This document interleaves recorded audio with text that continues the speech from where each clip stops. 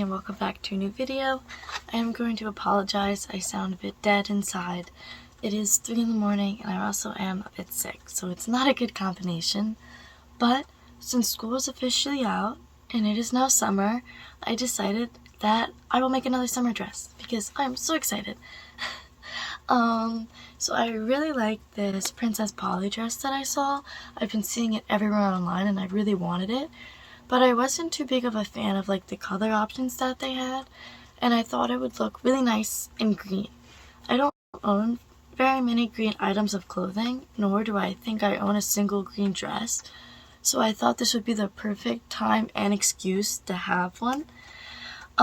So I drew this rough sketch of it based on the picture drawings that I could see with the top and the bottom. I have made the back style of dress before with my Milkmaid summer dress, so I'm not too nervous about how the back will end out, but I am nervous about the front because cups are not something that I'm good at, and I know that's gonna be haunting as I make this dress. But I am super excited and I have faith that it'll end up well, but do be prepared for lots and lots of trial and error. So I know it'll be very stressful, but isn't that one of the joys of sewing? So let's jump right into making this dress and hope that the end result looks as nice as the final product.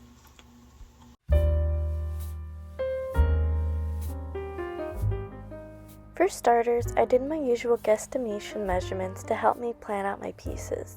Usually I start with the bodice, but for this dress I started with the skirt. I cut out 3 strips, with each of them growing in length the closer to the ground they are, to create the puffy gathered skirt effect. I have never made a panel skirt like this before, but it ended up being my favorite part of the dress. My fabric was not long enough for the panel lengths, so I had to cut multiple strips and sew them together in order to create the skirt panels. After sewing the pieces together and now having 3 strips for the skirt panels, I serged all 4 sides of each strip to prevent fraying. Although this was very time-consuming, I found it necessary to increase the lifespan of the dress. Now that each panel is serged, I got out my trusty hand sewing needle and hand gathered the top of each strip. Very carefully, I gathered the second tier, the middle one, to the bottom of the length of the first tier above it, and then sewed them together. Repeating this again, I connected the third and bottom tier to the second tier piece to create one cohesive skirt.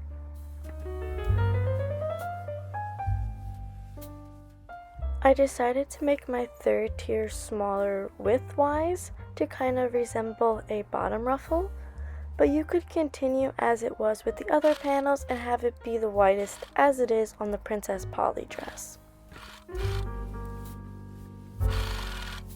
With the base of the skirt together, I am now ready to begin the bodice. Just like the skirt, I also read out the measurements of each of my bodice pieces, but I did not include the seam allowance, so I made sure to add that in before I cut out my pieces. To begin, I cut out the middle midriff waist piece, keeping in mind that the back is open, so I only needed the waist piece to be large enough to cover the front part of my torso. I cut the piece on a fold to ensure that both halves were symmetrical and even. As mentioned before, and with majority of the pieces I create, a lot of this dress was trial and error, and the bust was definitely one of them. I started the bust one way and practically finished the dress, but it ended up looking wonky and was gapping, so I seam ripped it and tried a new method. I cut out 2 rectangles that were the length of my bust plus the seam allowance, and the width of half of my chest times 1.5, so that way I could gather them up. If you want a more gathered look in the bust area, you would cut out a longer rectangle, but since I do have a smaller chest, I felt like a less gathered bust area flattered me better. After this, I cut a curve down to mimic the plunge of the bodice, and then I serged the curved edge and the side edge towards the back. Pulling out my iron that I embarrassingly almost never use, I ironed down the curved edge. This will help make it easier to sew the lace. I cut each lace piece to fit along the top of my bust, then made slight pleats along the curved bust pieces to be the same length as the lace pieces. I try to keep the folds more towards the center because, at least for me, I thought it made the gathering look fuller and more thought out. After pinning them together, I very carefully sewed down the lace, which definitely was a challenge. And then going back to my hand sewing needle, I hand gathered the bottom edge each bust piece with a quick running stitch. Now this next part looks a little out of place, but it is because I had to cut out the bust and start all over. But taking the waist part and the bust, I sandwiched in the bust pieces in between the two waist pieces, folding in the raw edge. I kept the bust pieces more towards the middle since the back is open. Then I folded down the side pieces of the bust and sewed them down. Now for the ties.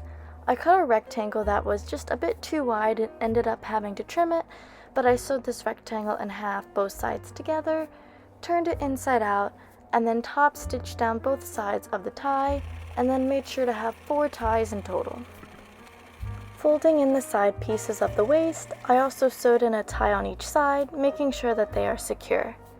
Going back to the skirt, I made sure that the waist part is gathered and sandwiched it in between the two waist pieces of the bust.